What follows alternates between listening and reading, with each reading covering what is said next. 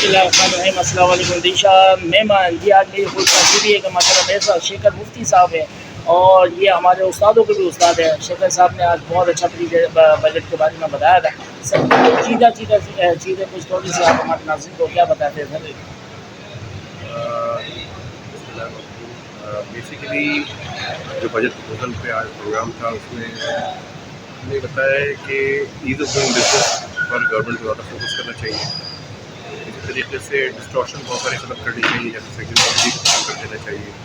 इसी तरह से टेक्नोलॉजी का सहारा लेते हुए ई ऑडिट्स कर लेने चाहिए, ई हियरिंग्स कर लेनी चाहिए, सिंगल रिटर्न कर देनी चाहिए। क्योंकि अब जिस तरीके से माहौल चल रहा है, कोर्ट की तरफ से भी बहुत ज़्यादा पॉजिटिव वाइब्स नहीं आ रही हैं। सुपर टेक्नोलॉजी है और रिकवरीज हो रही है, इंटरप्रिटेशन है उस पर डिफॉल्ट में चार्ज लगेगा कि नहीं।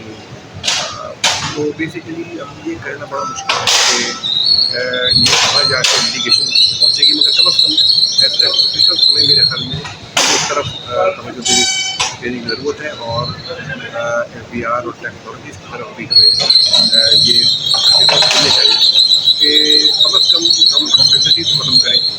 और ये चैलेंजिंग माहौल है GCC कंट्रीज़ के अंदर, आप ऑयल है, दुनिया में जंग का समा है, तो डेफिनेटली इससे हमारी इंडस्ट्री जो है ना वो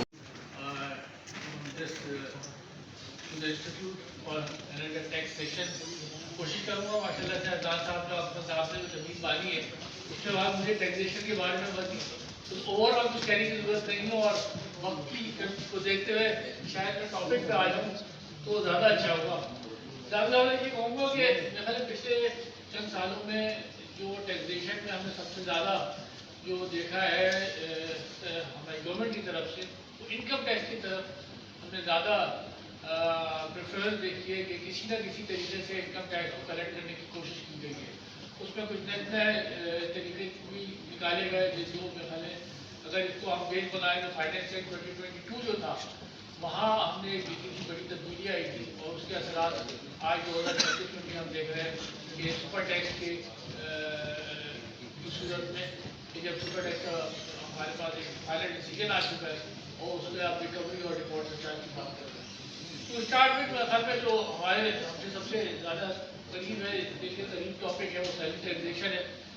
पिछले 3 साल से हम देख रहे हैं कि इन्फ्लेशन का रेट बहुत ही हाई। आपको इनकम टैक्स के अंदर इनकम टैक्स ऑन टर्नओवर भी देखना पड़ेगा, अपनी अकाउंटिंग इनकम पे भी देखना पड़ेगा, नॉर्मल टैक्स मतलब नॉर्मल प्रॉफिट तो देखना ही पड़ेगा। और अगर इससे आप बच गए तो फिर आपने ट्रांजेक्शन लेवल पे भी देखना है कि आपने टैक्सेस जो कटवाए हैं कहीं वो तो नहीं बन रहे हैं। और अगर उस पर भी बच गए तो इम्पोर्ट के टैक्सेस को देखना ही पड़ेगा। तो कह रहे हैं मैंने क्या क्या चीज़ें फिर इसमें देखनी है और मैंने किस तरह से इसको कैप करना है। अगर जो भी हाईएस्ट बनेगा वो आपने पे करना है और उसके ऊपर ओवर लगा आपने सुपर टैक्स भी पे करना है। तो वो सारी बातें सुनने के बाद वो कहता है कि मैं पाकिस्तान में फिर ये मतलब बिजनेस तो मुझे वायबल नहीं है अगर मैं डॉक्यूमेंटेड सेक्टर में फुली कंप्लायंट चलूँगा, क्योंकि मेरा कॉम्पिटिटर जरूरी नहीं है डॉक्यूमेंटेड सेक्टर का वो तो हो सकता है उसे बाहर का होगा, तो मैं तो उसे कम्पीट ही नहीं कर पाऊंगा। और आफ्टर इतनी सारी स्ट्रगल के बाद अगर वो जब बिजनेस अपना रैपअप करेगा और जब अपना पैसा बाहर ले जाने की कोशिश करेगा तो फिर हमने उसको बताया कि फिर आपको 59% फिर टैक्स देना है, क्योंकि उसमें भी आपको हाईएस्ट ओनर की बात करें तो उसमें भी आपको हाईएस्ट स्लैब में टैक्स भी जमा कराना है, सुपर टैक्स भी जमा कराना है। तो उसको आप एटलीस्ट जो बाकी का 50% है उसको आप SEC के ऑर्डर से लें या रिटर्न के डेट से लें, बाकी का 50% तो आपका किसी सूरत में बनता भी नहीं है। ना तो ये भी नहीं बनता और ना हमारा भी ये कहना है जो आपने पेमेंट्स रिटर्न के साथ ऑलरेडी पे किया होता वो उसकी एडजस्टमेंट आपको मिलनी चाहिए, उसमें भी डिफॉल्ट बनना चाहिए। इसके अलावा एक छोटी सी चीज़ और भी है, ये जो इम्प्यूटेड इनकम उसके अंदर 4C के अंदर मौजूद है। अब ये रिसेंट ऑर्डर वो भी मौजूद है हमारे पास यहाँ पे, ये पिछले हफ्ते में, जहाँ पे इस्लामाबाद हाई कोर्ट ने FTR की इनकम पे सुपर टैक्स हटा दिया था, बट SEC के ऑर्डर के बाद आज वो पूरा का पूरा बाद हो गया। बट जब ऑफिसर उस इम्प्यूटेड इनकम को नहीं निकाल रहा, पूरी FTR इनकम को ले आके जो है ना सुपर टैक्स इसके ऊपर चार्ज कर रहा है। अगेन इस पे क्या व्यू है कि निकालना FTR की इनकम के ऊपर 4C के हिसाब से इम्प्यूटेड इनकम चाहिए और उस इम्प्यूटेड इनकम के ऊपर 4C जो भी परसेंटेज लगे वो कैलकुलेट होना चाहिए।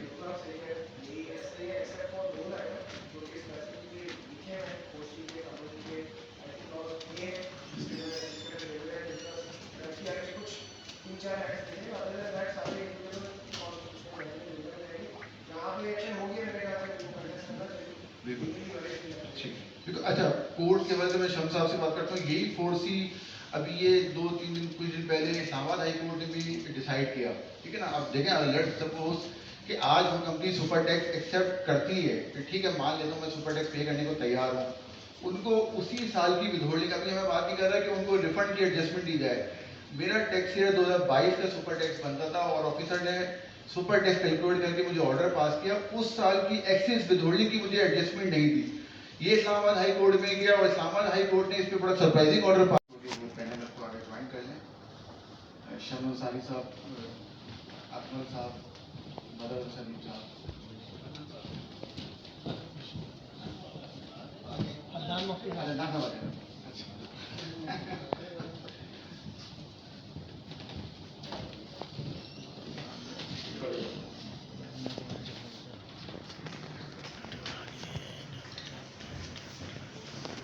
जैसे महमूद साहब ने कहा कि आजकल के ज़माने में जहाँ पे डायलॉग और डिस्कशन बहुत ही एक डिक्लाइनिंग जो है वो चीज़ बन गई है, और I would say it is a rarity rather आजकल के ज़माने में जहाँ पे कोई डायलॉग नहीं होता, किसी भी मैटर के ऊपर कोई डिस्कशन नहीं होती और कंसर्न कॉर्नर्स के ऊपर हम चीज़ें रेयरली ही जो है वो पहुँचाते हैं। तो इसी सिचुएशन के अंदर ICMA के platforms and platform like yours, tax bar association, अगर यहाँ से द प्लाइट्स ऑफ जो बिजनेस क्लास है, वर्किंग क्लास है या पब्लिक एट लार्ज है, उसकी फ्लाइट्स को पहुंचाने के लिए मैं समझता हूं कि हमारे जो प्लेटफॉर्म्स हैं एक रिस्पॉन्सिबिलिटी रखते हैं कि अपने प्लेटफॉर्म से कम हम कुछ प्रपोज कर सकें, अपनी बात पहुंचा सकें उन लोगों के फ्लाइट जो इस इकोनॉमी के अंदर जो है सफ़र कर रहे हैं। उसके बाद मैं डायरेक्टली जो है वो मेरी जो रिस्पॉन्सिबिलिटी है चेयरमैन कराची ब्रांच काउंसिल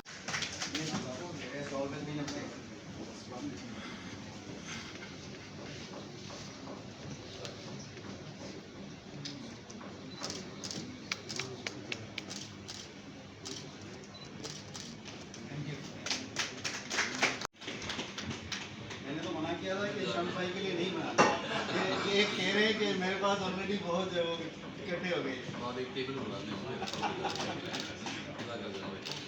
शम भाई